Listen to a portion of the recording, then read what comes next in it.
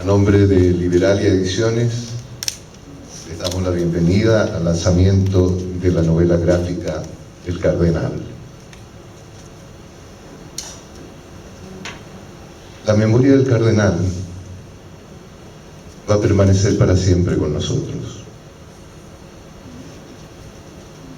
Liberalia Ediciones acogió con entusiasmo desde el primer momento la idea de Cote Carvajal y Luis Insunza, los autores, para la publicación de este libro en este formato, con la esperanza de contribuir a rescatar principalmente en los jóvenes la memoria y los actos de este hombre valiente que marcó la historia con su defensa de los derechos humanos en los años más siniestros de la dictadura militar. Queremos dar las gracias al Centro Cultural Estación Mapocho y muy especialmente a su director, que nos acogió también con entusiasmo, Arturo Navarro. Y Arturo es un testigo directo de lo que sucedió entonces, puesto que fue periodista del Comité de Cooperación para la Paz en Chile, un comité ecuménico, y que una vez clausurado el cardenal puso en vigencia la Vicaría de la Solidaridad, donde Arturo siguió con sus funciones como periodista. Digamos que es un testigo, que es un privilegio que hoy día esté con nosotros. También queremos dar las gracias a Vivian David, que va a estar en esta presentación. Ustedes seguramente la conocen, periodista, escritora, autora del programa Vuelan las Plumas en la radio de la Universidad de Chile. Y junto a ellos están el director del Museo de la Memoria, el señor Francisco Esteves, y los autores del libro, Cote Carvajal y Luis Insunza. Dejo con ustedes a don Arturo Navarro.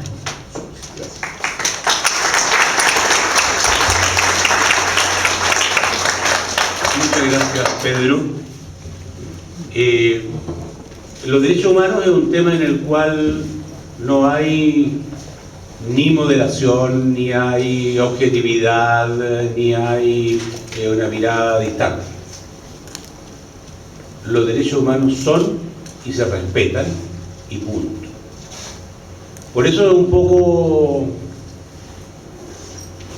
contradictorio que Berta Inés me haya pedido ser moderador de esta presentación, porque yo no soy moderado respecto a los derechos humanos, ni soy moderado respecto al cardenal. Por eso me voy a permitir una licencia de dueño de casa, porque en mi oficina, desde que yo trabajo aquí, está esta fotografía que la traje, que les voy a pedir que ustedes me permitan tenerla durante toda esta presentación. Esta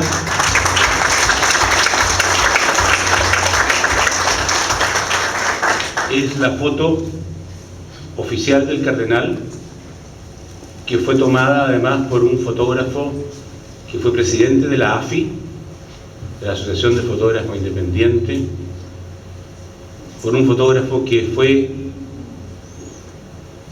tal como yo, más que yo, testigo de los acontecimientos, que tuvo la valentía y el coraje de ser la primera persona que entró a los hornos de Lonquén y retrató lo que allí había, porque ni siquiera se puede hablar de cadáveres. Lucho Navarro.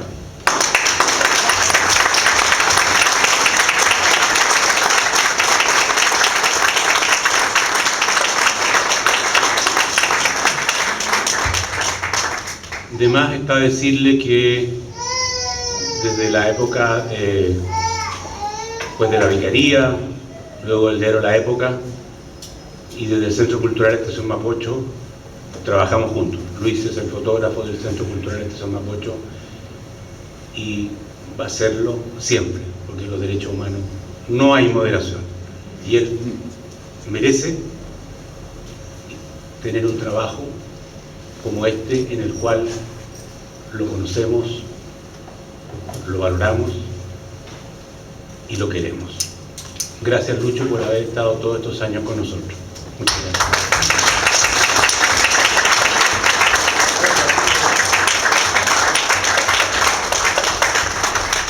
Pero bueno, me corresponde presentar a otros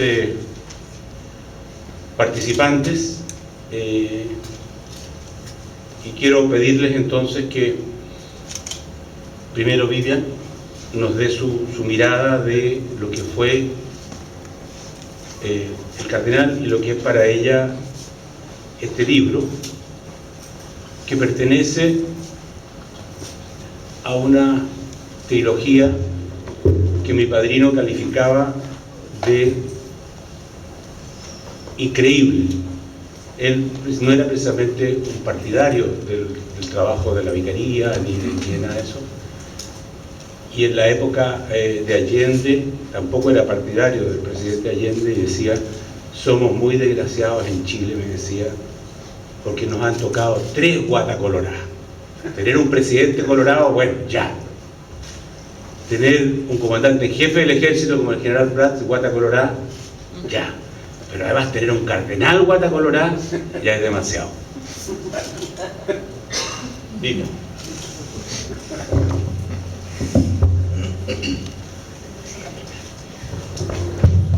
Bueno, muy buenas tardes. Primero que nada, muchas gracias por acompañar a los autores en esta tarde. Gracias por la invitación que me han hecho a ser una de las presentadoras de un libro que me parece muy necesario, esencial, y del que tengo la mejor impresión, porque creo que acá esta es una prueba de valentía, por el trabajo que se hizo desde el inicio, porque valentía es todo, pues es desde empezar a escribir un libro, en este caso a dibujarlo, a imaginarlo por parte de Lucho Insunza y de Coté Carvajal, y también, por cierto, que de una editorial, porque estas cosas, los libros no nacen por generación espontánea, a pesar de que en este país los editores de repente no se reconocen en su trabajo. Bueno, en este caso, Liberalia Ediciones ha sido un gran aliado para guiar también a estos jóvenes novelas autores en este emprendimiento que como decía Arturo, no tiene nada de moderación. Yo voy a leer lo que traje preparado para no divagar ni que se me quede nada, porque siempre quedan algunas cosas. ¿Qué habría dicho el cardenal Raúl Silva Enríquez hoy? ¿Qué habría hecho el cardenal Raúl Silva Enríquez hoy? Son preguntas que persistentemente me rondaron con la lectura del libro El Cardenal, a quien le tocó desafiar a uno de los gobiernos más despiadados de la historia de Chile, y para lo cual no necesitó un retiro de silencio ni largas horas de reflexión, sino que entender que a partir de ese mismísimo 11 de septiembre de 1973, la oración debía ser acompañada de acción urgente. Y sigue siendo un referente de cómo la Iglesia ha sido un actor fundamental de nuestra vida patria. La caridad de Cristo nos urge. Fue el lema que eligió para su episcopado un 3 de julio del año 1938, en otro contexto histórico, en otras latitudes. Un lema que con fidelidad fue encarnando en su labor sacerdotal de diferentes formas y con diferentes intensidades. La caridad de Cristo nos urge. Fue uno de los aspectos de la personalidad del cardenal que Coté Carvajal y Lucho Insunza entendieron como fundamental a la hora de hacer un relato sobre este señor de sombrerito de hongo llamado Raúl Silva Enríquez, conocido como el cardenal, pero sobre todo como don Raúl, ¿no? Con lucidez se entendieron estos jóvenes y talentosos artistas que en esas 6 palabras que concentra la esencia del compromiso del hombre que dejó una profunda huella en la Iglesia y que dirigió como máxima autoridad nuestro país, y que casi como por empeño una parte influyente del clero ha dejado atrás en una bruma histórica de la que apenas se distingue en el horizonte.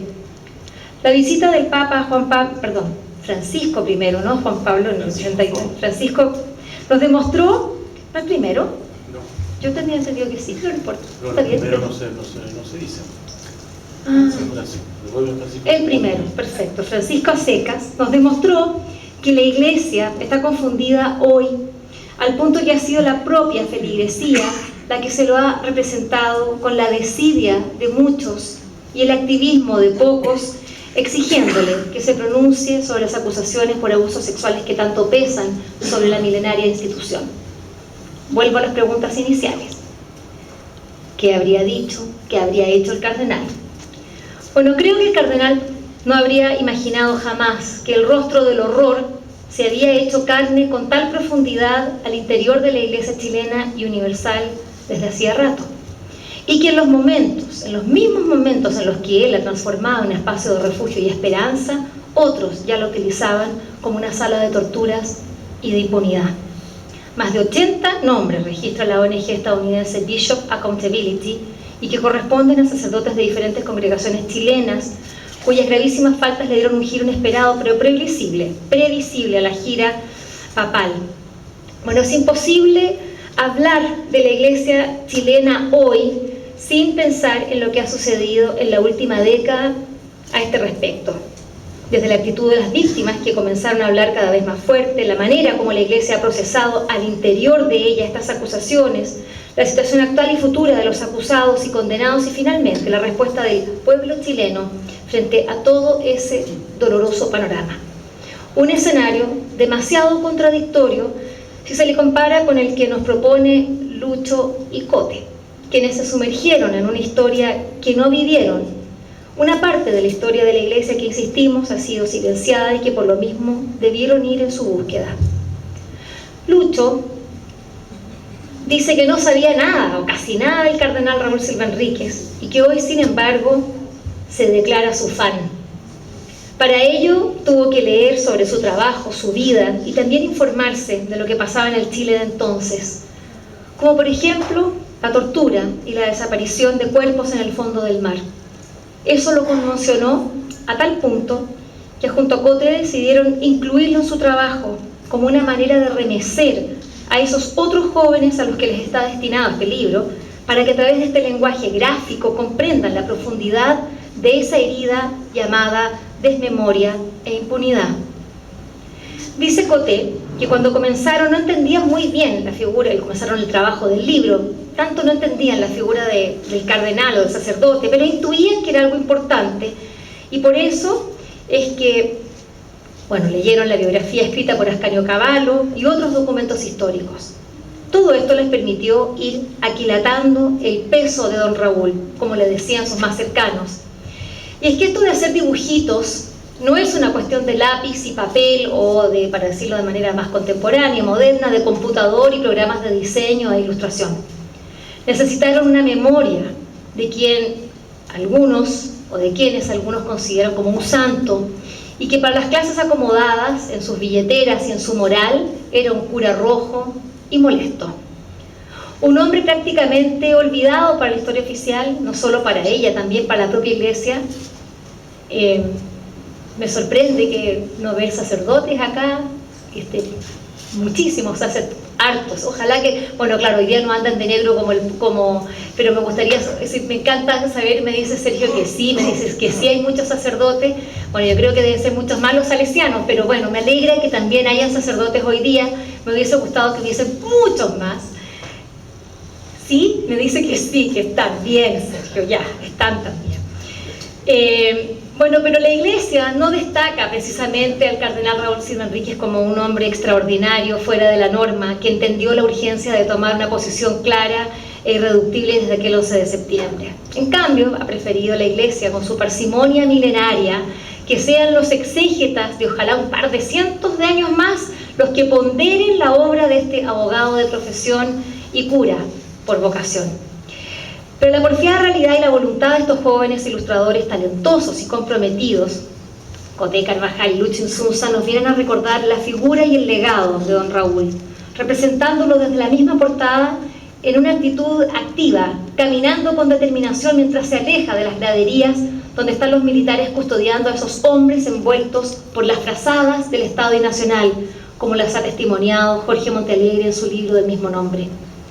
Dicen los autores que el libro contiene un 90% de rigurosa verificación y un 10% que aún no siendo verdad, sí es verosímil, puesto que corresponden a momentos de los que no existen testimonios exactos, pero sí la certeza de que sucedieron, como su encuentro con Pinochet, en el que ellos utilizan hoy día las herramientas del dibujo para graficar la tensión de una cita de la que poco sabemos, pero mucho intuimos. Esa intuición que juega en muchas direcciones y nos permite también ir configurando la esperanza de que no porque no hayamos logrado lo que soñábamos hoy, y esto lo digo en un sentido lato, político, significa que la batalla la hayamos perdido. La esencia del mensaje cristiano se centra justamente en esta última palabra, la esperanza, una de las virtudes teologales junto a la fe y a la caridad. Para la teología cristiana, estas virtudes son infundidas por Dios en la misma alma humana para conducirla luego a la vida eterna. El cristiano entiende, por lo tanto, a la esperanza en función de lo ultraterreno. Pero, ¿qué sucede con los que no creen en Dios? ¿Tienen esperanza? Rebecca Solnit es una lúcida columnista y autora de varios libros, entre los que se cuentan Esperanza en la oscuridad, publicado hace más de una década como una reacción al gobierno de George Bush Jr. y su maquinaria de guerra en contra de Irak, y que ha sido reeditado en estos tiempos de Trump, adquiriendo por ello más significado y urgencia. Para la Solnit, la palabra esperanza no tiene relación con la religión y cobra un sentido distinto, profundamente enraizado en el presente y en cómo enfrentamos el futuro. La esperanza, dice, no es como un billete de lotería que puedes tener apretado en la mano, sintiéndote afortunado sin moverte del sofá. Lo que quiero decir es que la esperanza es un hacha con la que debes romper puertas en caso de emergencia. Que la esperanza debería empujarte a salir de casa, porque hay que hacer todo cuanto esté en nuestra mano para evitar que el futuro consista en una guerra tras otra, en la aniquilación de los tesoros de la tierra y en la opresión de los pobres y los marginados. La esperanza como activismo y no como un don heredado, un trabajo personal y colectivo más que celestial, una fuerza que empuja y moviliza. Y lo que hacen en su libro estos jóvenes es demostrar que hay cientos de historias no contadas que permiten abrigar esperanzas para un mejor vivir en la tierra. El milagro está justamente en la posibilidad de cambiar las cosas. Y lo más importante es que un creciente número de hombres y mujeres cada vez toman más conciencia de ello. Vale decir, en la comprobación de que el poder ha estado siempre en sus manos y ellos sin darse cuenta siquiera. A veces el gesto se representa de manera modesta, mínima, casi invisible, y otras a través de multitudinarias manifestaciones. Lo que dice Rebecca Solnit es que el reconocimiento de lo poderosas que son las fuerzas idealistas y altruistas que están en marcha en el mundo, de las que la cristiandad también ha sido parte, pero lo más interesante es que no solo ella. También los medios de comunicación aquí han jugado un rol central, escuchando y amplificando para el conocimiento universal, desde la gesta del movimiento zapatista en Chiapas hasta los asfixiados gritos de las mujeres de Tanzania obligadas a la mutilación genital. Es el poder de la gente el que surge como una fuerza cada vez más importante y global, y que para ella produce un fogonazo llamado esperanza. La Solnit no deja de maravillarse a la hora de constatar cómo las personas responden a los desastres urbanos. Bien sabemos de eso en nuestro país, y que a partir de los cuales surge mejor de quienes habitamos en estas tierras, ¿no? Hombres, mujeres, ancianos y niños que adquieren ribetes heroicos a la hora de ir en ayuda de quienes lo necesitan, concibiendo formas creativas, altruistas y generosas. Estas historias que alimentan la parrilla televisiva hasta el hartazgo en momentos de catástrofe, y que luego, de un modo esquizofrénico, ya sabemos, una vez que ha pasado la emergencia, son reemplazadas por relatos del miedo y el terror. La ingenuidad es pensar que la esperanza, del tipo que sea, cristiana o no, es por generación espontánea.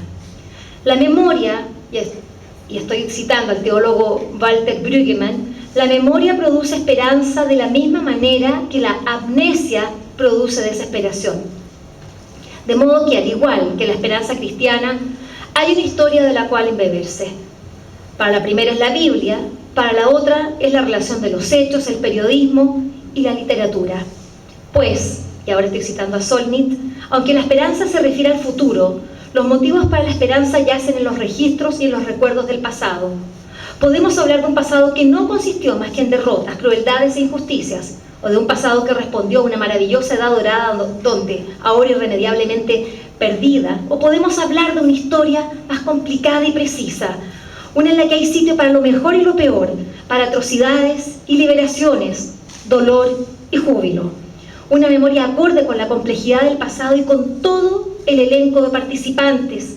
Una memoria que incluye nuestro poder, que produce una energía dirigida hacia adelante, llamada esperanza. Hasta ahí la cita. Y de manera más gráfica es ella misma quien lo dice, que las ramas son la esperanza y las raíces son la memoria. Por dolorosa o feliz que sea la memoria, ella se sostiene en la esperanza. Y este libro, El Cardenal, es un ejercicio de memoria realizado por personas jóvenes que poco tuvieron que ver con todo lo que sucedió en el Chile de hace 50 años, pero que toman con responsabilidad y cariño la tarea de contárselas a sus contemporáneos. Y eso produce esperanza. Muchas gracias.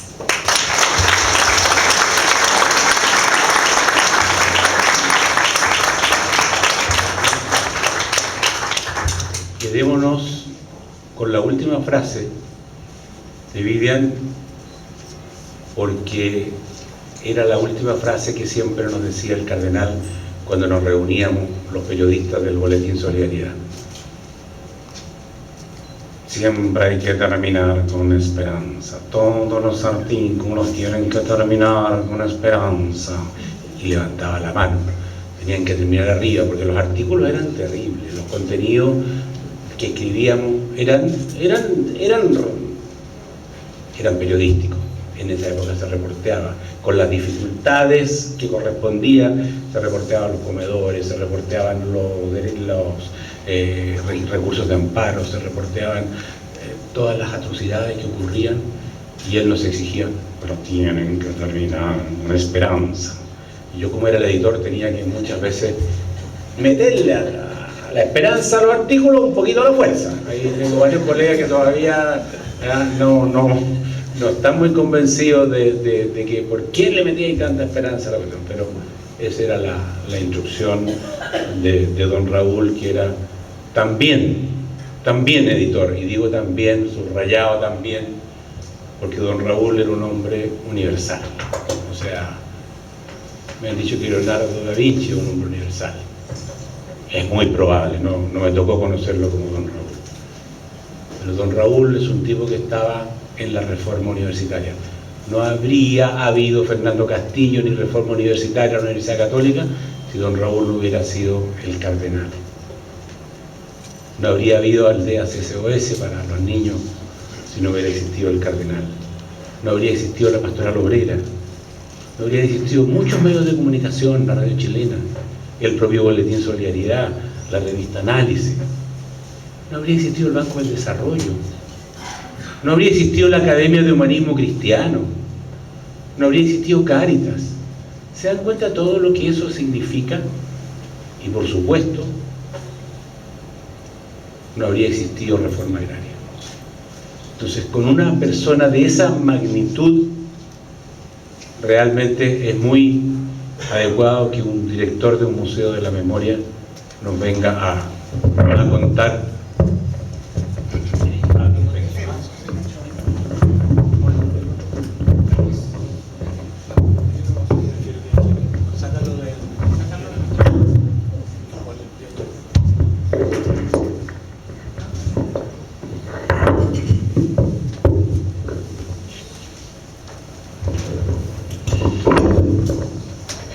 Bueno, buenas tardes, gracias, estimado Arturo.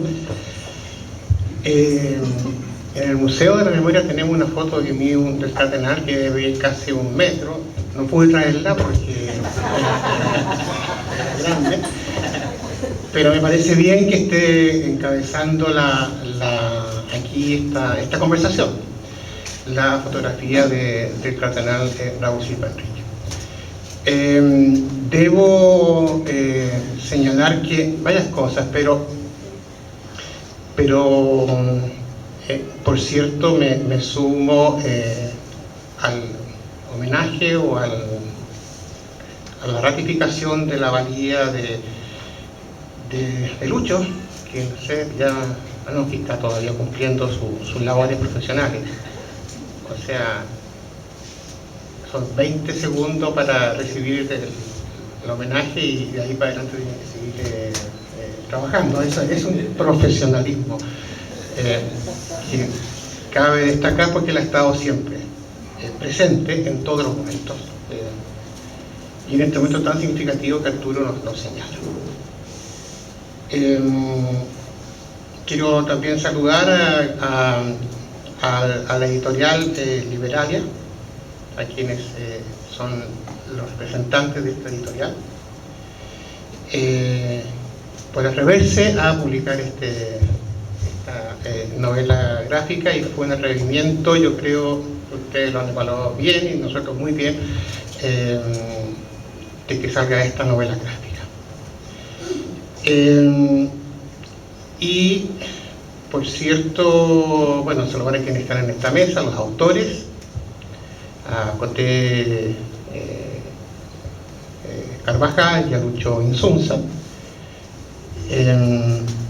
y a quien me ha precedido en la presentación, a Vivian, que yo comparto todos los puntos que ella entrega en la presentación que acaba de hacer. Me gustaría también afirmar que el libro viene precedido por una carta que Carmen Hertz le escribe al cardenal. Una carta de ahora, que es para este libro, y es una carta muy bonita, y hay una cita que entiendo yo que es del mismo cardenal, y que está contenida en suerte de prólogo de Carmen Hertz, donde dice: el cardenal, aquí estoy yo junto a quienes sufren la injusticia y los abusos. Seremos defensa y seremos memoria. Seremos defensa y seremos memoria es una frase muy, muy poderosa de lo que el cardenal hizo en el tiempo de la dictadura. Quiero también decir que vale la pena comprar el libro, que es muy bueno el libro porque, no sé si lo han visto las imágenes, es una novela gráfica.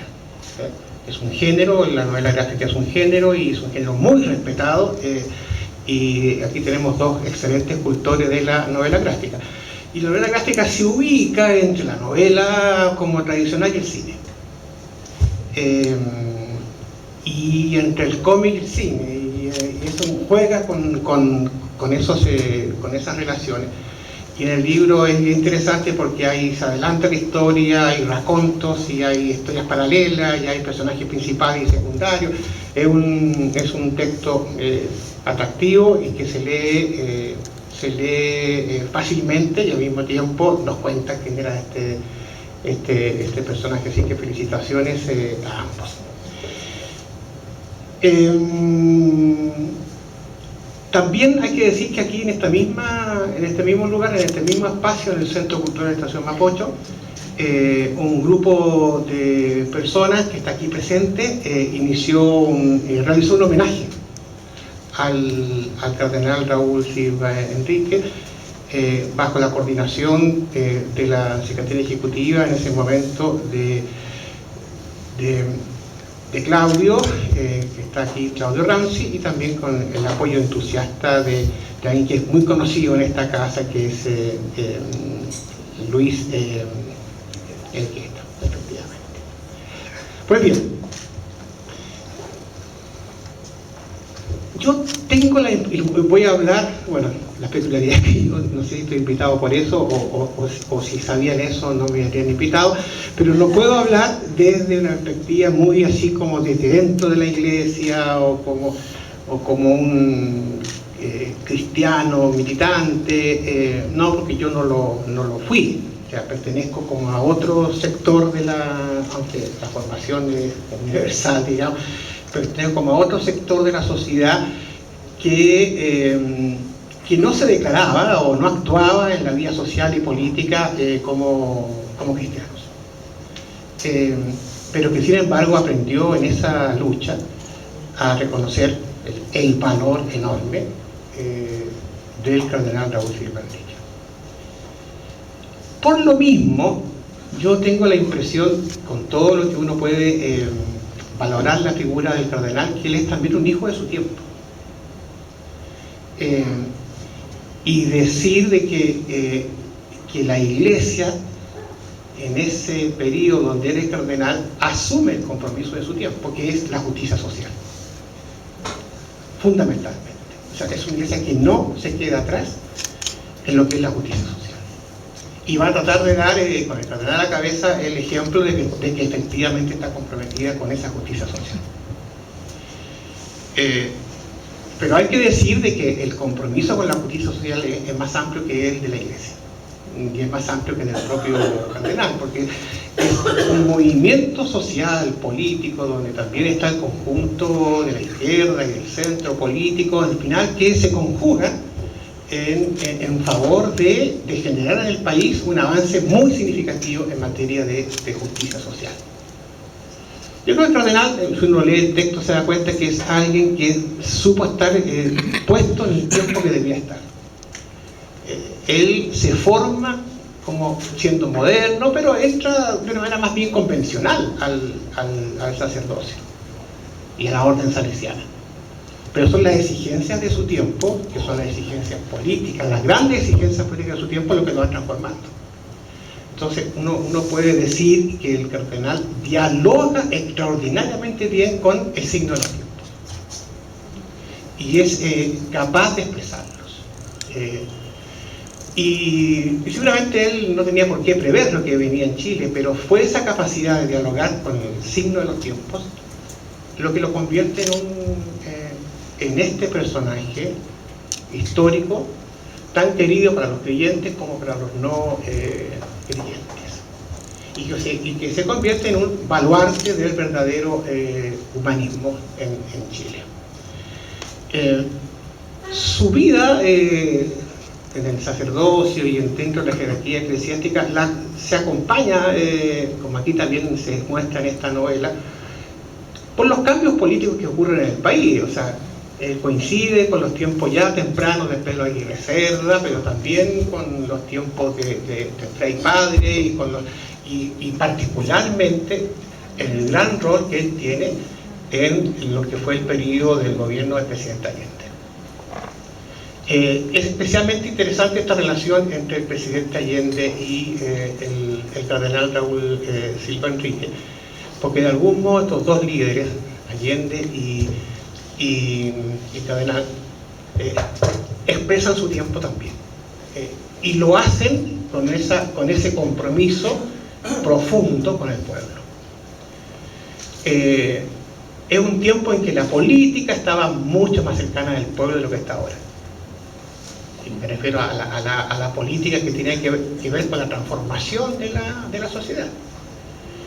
Esa política vinculada profundamente al pueblo la va a expresar en el plano más religioso y eclesiástico que es el cardenal, pero también lo va a expresar el propio presidente Salvador Allende en lo que constituye su gran compromiso y liderazgo por la revolución en el país, que se entiende en ese momento como la justicia social y la independencia económica del país. Son las dos grandes categorías. Debo decir algo más que yo creo que es relevante. Tampoco el cardenal está solo en esto. Ya se me acabó el tiempo. Tampoco el cardenal está solo en esto, en lo que es el compromiso de la Iglesia en el tema que estamos hablando, porque lo acompaña una generación de obispos y de sacerdotes que es muy notable. Estamos hablando del obispo Hurtón, estamos hablando del obispo Alvear, estamos hablando de Aristía. Esa es una generación brillante, comprometida a fondo con lo que es el mensaje del cardenal. No es el cardenal que esté solo, él está con esa generación. Y es verdad lo que dice Vivian, la iglesia de ahora no es la iglesia de cardenal. Y por lo tanto sí vale una crítica a la iglesia de ahora. Crítica que se hace desde una visión comprometida con el humanismo y con las transformaciones de la sociedad. A mí me parece que el cardenal hizo un aporte extraordinario desde el punto de vista religioso, en el sentido de que yo creo, estoy muy convencido de que es así, es el fundador de una teología de los derechos humanos, que va más allá de la pastoral o de la doctrina social de la Iglesia. Es una teología de los derechos humanos. Y él tiene esa capacidad de decirla y hacerla. De decir lo que hay que decir en las homilías y en las cartas, etc. Y de practicarla en los momentos más difíciles, porque está practicando los derechos humanos ahí, en el Estadio Nacional, están las prisiones, están los momentos más difíciles. Y sería súper interesante que esa teología de los derechos humanos fuera como un referente para la renovación que la Iglesia necesita hoy día. Pero también es un referente de contenido para la política. O sea, la política esta tiene que reconciliarse, nuestra política tiene que reconciliarse profundamente con los derechos humanos y con la democracia. Y por tanto, ese es un desafío, porque voy a terminar diciendo esto. Este alejamiento de la política tiene que ver con la desesperanza también. O sea, cuando se pierde la capacidad de pronunciar utopías y de convocar en torno a esas utopías, la gente deja de creer en la política. Porque la política es lo que permite transformar las condiciones injustas de la sociedad. Y si no hay consecuencia de quienes dirigen la política para hacerlo de esa forma, entonces sí hay una crisis. En el fondo, la crisis con la política tiene que ver también con una crisis de desesperanza. Y lo que hay que hacer es reconciliar la política con esa esperanza de que la sociedad es posible de cambiar en democracia y con derechos humanos. Muchas gracias.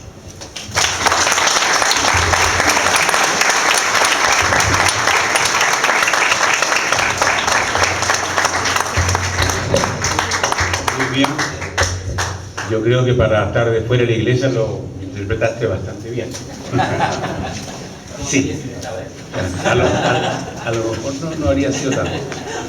Y ahí yo sugeriría quedarnos con el tema del signo de los tiempos. Yo creo que es una palabra que se usó mucho, que usaba mucho sobre todo la revista Mensaje, que llevaba un poco el pensamiento más profundo de lo que ocurría en esos tiempos, dirigida por el jesuita Hernán Larraín, que respaldó mucho los trabajos de reforma universitaria y que se confesaba como una revista y por lo tanto una iglesia que trataba de interpretar los signos de los tiempos y ser coherente con eso, o sea, vivir conforme al signo de los tiempos con lo que muy bien decía Francisco respecto a los movimientos sociales, a la justicia social y todo eso. Solo quería anotar que no nos creamos tampoco que esto de los signos de los tiempos es solamente una cosa muy seria, muy profunda. El cardenal también tenía sus costumbres un poquito más mundanas. Ustedes, no sé si saben, la viña Cousiño Macul tiene un compromiso histórico de surtir la mesa del arzobispo de Santiago. Y el cardenal hacía uso de ese derecho, y no solo, digamos, obviamente tenía que ser muy gentil y usufructuar de los regalos que recibía, sino que además me tocó verlo como un gran experto en corchos, como buen guaso talquino y cercano a las viñas y todo eso, tenía un una charla más o menos consistente sobre la importancia del largo o no o menos largo de los corchos en el embotellamiento de los vinos, para que no todo sea tan serio.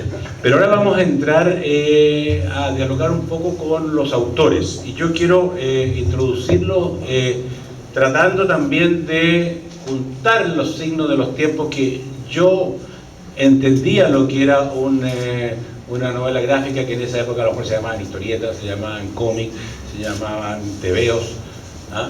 Entonces les quiero plantear también un poco que veo que aquí va a haber algunos que también van a necesitar actualización como yo, respecto a lo que a mí me pasó, ¿ah? Cuando vi esta novela gráfica. Primero dije, ¿qué es una novela gráfica? Novela. Yo me acordé al tiro de Las Vidas Ejemplares. No sé si ustedes conocen Las Vidas Ejemplares. Las Vidas Ejemplares era una revista iguales en formato que La Caballero Luz, que Archie, el Pato Donald, o sea, exactamente el mismo formato, los mismos tipos de colores, probablemente la misma editorial, Novaro de México, y además con los mismos circuitos de circulación.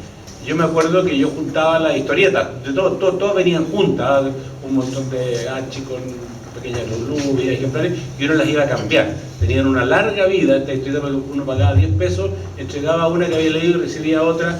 Entonces era también a lo mejor un signo de los tiempos en el cual estas vidas ejemplares, que eran vidas de santos, eran cosas tremendamente religiosas o sagradas,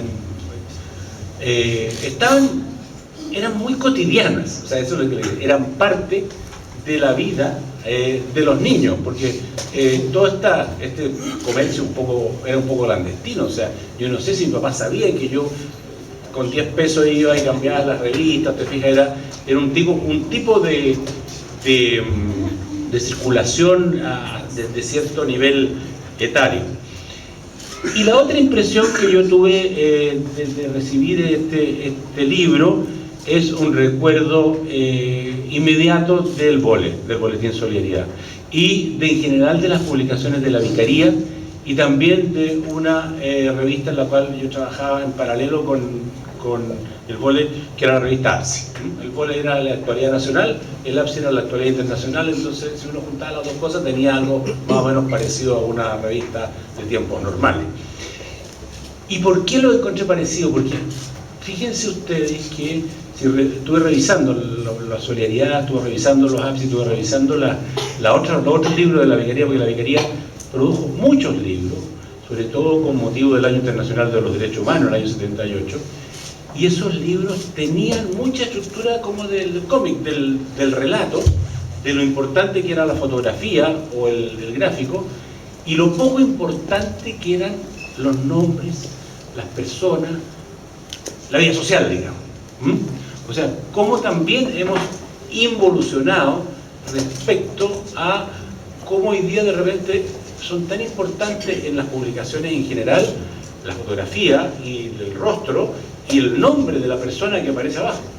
Fíjense que en estas publicaciones, y muchas veces en el Bole, las fotos eran de comedores infantiles, eran fotos de grupos humanos, de la artillerista, y nadie decía aquí está fulano de tal, o este rostro acá, o el cura de tal parroquia. O sea, esta cosa como un poco cinematográfica que tiene el libro también, de mostrar imágenes que narran mucho más que estas imágenes posteriores o no de las historias ilustradas, en que uno termina viendo quién es el que sale en la foto, y si sale bien o sale mal, o si se cortó el pelo o no se cortó el pelo.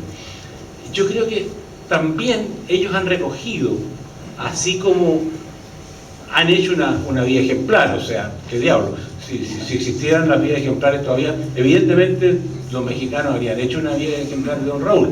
Lamentablemente las vías ejemplares se acabaron más o menos el 1900, por ahí, del siglo pasado. Se acabaron las vías ejemplares, no sé qué significará eso. Pero yo creo que ellos, y les pregunto, a lo mejor resultó por casualidad, o a lo mejor hay una cierta intención en esto, de recoger esta cosa que finalmente es el trabajo colectivo por sobre la individualidad. O sea, lo que importa aquí es el grupo.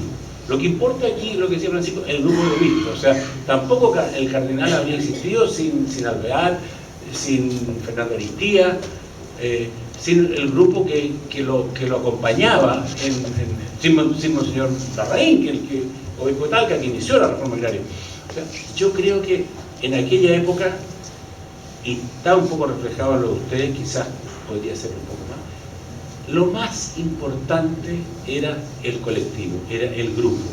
Y salía el grupo de las arpilleras, el grupo del... Ahora, también, y hay que decirlo, eso tiene que ver con el temor. Los artículos del APSI nadie se atrevía a firmarlo. El único Gil que aparecía era el director, que era yo. Entonces, porque ya, bueno, tenía que cumplir una serie de características y el permiso que daba la censura era a una persona determinada. El director y el representante legal, Marcelo Contreras. Éramos los dos que aparecíamos. Todo lo demás eran artículos escritos sin nombre. Entonces, claro, lindo el trabajo colectivo, grande también el temor de mostrarse. Los tiempos son distintos, pero yo creo que aquí, y esto para entregarles la palabra, les dejo planteada un poco la pregunta. ¿Ustedes tienen conciencia que están como en determinada vanguardia, pero también en determinada recuperación de ciertas formas de hacer publicaciones? Sí. Gracias. Sí, gracias. Bueno, pasamos. Sí, nosotros cuando comenzamos el proyecto con Lucho sabíamos el 50% del queso en el que nos estábamos metiendo. Sabíamos que era un personaje importante, pero así como el Lucho se transformó en un fan, el 10%, así como el Lucho dice que se transformó en su fan, para nosotros fue una aventura bien importante. Lo de las historietas que mencionabas antes, sí, sí tiene mucho de eso. También porque nosotros estamos invadidos por otros productos culturales, sobre todo del extranjero, donde no tienen ni un ápice de pudor en levantar héroes de todos tipos de historias. Y eso es algo que nosotros lo tenemos, probablemente Lucho y yo lo tenemos desde la televisión en los 80, 90, y que claro, ahora que ya somos adultos, digamos, porque gracias por lo de jóvenes, bien, entonces con Lucho tenemos esa mirada. Queríamos compartir con ustedes dos cosas, mientras mi amigo, no sé si ya lo pusiste, pero mientras va con el PDF, yo siempre se me olvida decir algo, así que en este momento voy a leer, para que no se me olvide. Que en los libros anteriores que me han lanzado siempre me mandan un condón. Entonces voy a leer, Lucho, si quieres tú lee la tuya también, la dedicatoria. Dice: está dedicado a mis padres Margarita y Sócrates. El valor de la verdad y la justicia los aprendí de ustedes. Los quiero mucho. Lucho.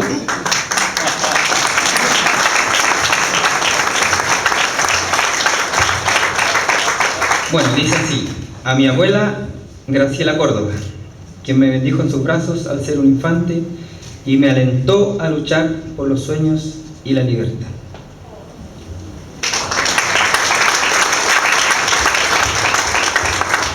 Antes de comenzar con la presentación que hicimos, que es una presentación muy cortita de nuestra vereda desde el punto de vista del cómic, y ahí vamos a hablar un poco del cómic, novela gráfica y eso, voy a leer los agradecimientos que no se me pueden pasar esta vez.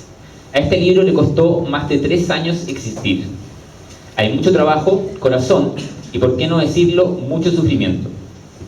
Mis sinceros agradecimientos a todas esas personas que me dieron ánimo en el comienzo, a las que me soportaron en el largo y difícil camino con su oído para desahogarme y con su hombro para consolarme. También a quienes con su compra dan su apoyo después de la meta. Mil gracias. Muy especiales agradecimientos a mi esposa, Daniela Viviani, por su insistencia de postular el proyecto al fondo del libro, que nos ganamos. ¿Ya? Al compañero en esta travesía, Lucho Insunza, y al equipo, Felipe Benavides, Carlos Reyes y Julio del Río. A Loreto, Berta, Esteban y Sergio, quienes vieron más allá del aspecto comercial y se sumaron al esfuerzo para publicar esta novela gráfica. Muchas gracias también al Centro de Recursos Digitales Memoria Chilena y a Ascanio Cavallo por su labor en las Memorias del Cardenal, ambos muy importantes para el desarrollo de esta novela gráfica. A mis amigos narradores gráficos, su trabajo y esfuerzo en este arte de viñetas, muchas veces infravalorado, es una fuente de motivación para seguir creando. Al final, pero no menos importante, al jefazo de Nazaret y a Don Bosco. He sentido su ayuda más de alguna vez en estos años de trabajo. Gracias.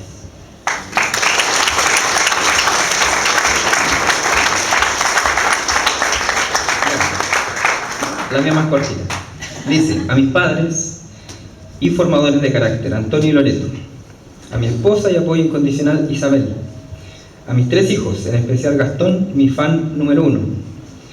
A todos los que han contribuido en mi formación artística, de los cuales destaco a Claudio Muñoz, Caos, a Gonzalo Muñoz, que está por ahí, a Alexis Vivallo, su seudónimo, a Cristian Montes Lynch, Daniel Jiménez, o Dani Jiménez, Gerardo Escobar Warner, Alejandra Soturrea, Gabriel Guzmán y Alejandro Escribano.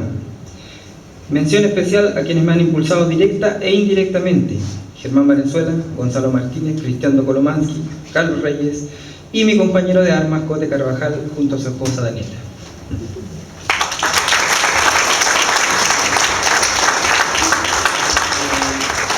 Nosotros armamos una pequeña presentación. Vamos a tratar de pasar lo más rápido posible. Nos interesa mucho. Nosotros somos de la vereda del cómic y sabíamos que íbamos a tener un público de 2 tipos, digamos, los que nos siguen en el tema del cómic y también la gente que conoce y quiere mucho a la obra del Cardenal. Entonces queríamos aprovechar este momento para hablar un poco de lo que es el cómic. El lenguaje del cómic es personajes... Disculpa, Cote, sí. ¿Está bien si ellos, para que puedan ver, se sientan allá y nos ponemos de pie? Porque yo necesito mover un poco las manos para explicar. Oh my God, ya, ok. Yo pensé que yo me iba a salir del guión. Ya está bien, vamos. ¿Tú estás bien? Ya, perfecto, yo estoy bien acá. Dale nomás. Entonces, prosigue. Prosigo, gracias.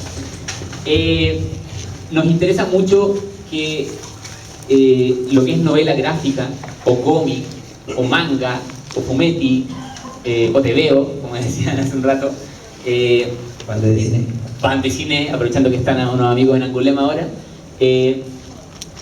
son historias donde personajes se comunican a través de globos de texto. Traten en general y en fácil y en corto es eso. Manga es porque está en Japón, fumetti es porque es Italia, bande cine es Francia. Acá le dicen, hace mucho tiempo le decían historieta. En mi caso personal yo le digo cómic. Y novela gráfica es un formato muy similar a un libro. También hay cómic en corchetes, ¿ya? De esas revistas que antes vendían en los kioscos, ahora los kioscos venden otras cosas, digamos, ¿ya? Entonces, no se compliquen, llámenlo como ustedes quieran, lo único que nos interesa es que compren cómic.